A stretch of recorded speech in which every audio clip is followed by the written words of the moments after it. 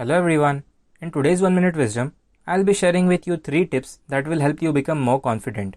So let's jump right into it. Number 1. Look the part. If you know that you look like a confident, capable person, you will start to feel like a winner. Devote a little time each day to personal hygiene and making sure you are presenting yourself well. Be well dressed wherever you go, but also be careful not to base your confidence on your outside appearance. Number 2. Perfect your posture. How you carry yourself communicates a lot to other people. So make sure you're telling them that you're confident and in charge. Keep your shoulders back, your spine straight, and your chin high. Number 3. Make eye contact. It's a subtle change, but it can work wonders on how other people perceive you. Our eyes are uniquely human.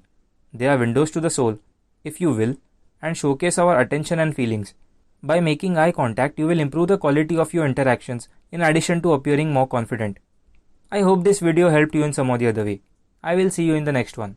Peace.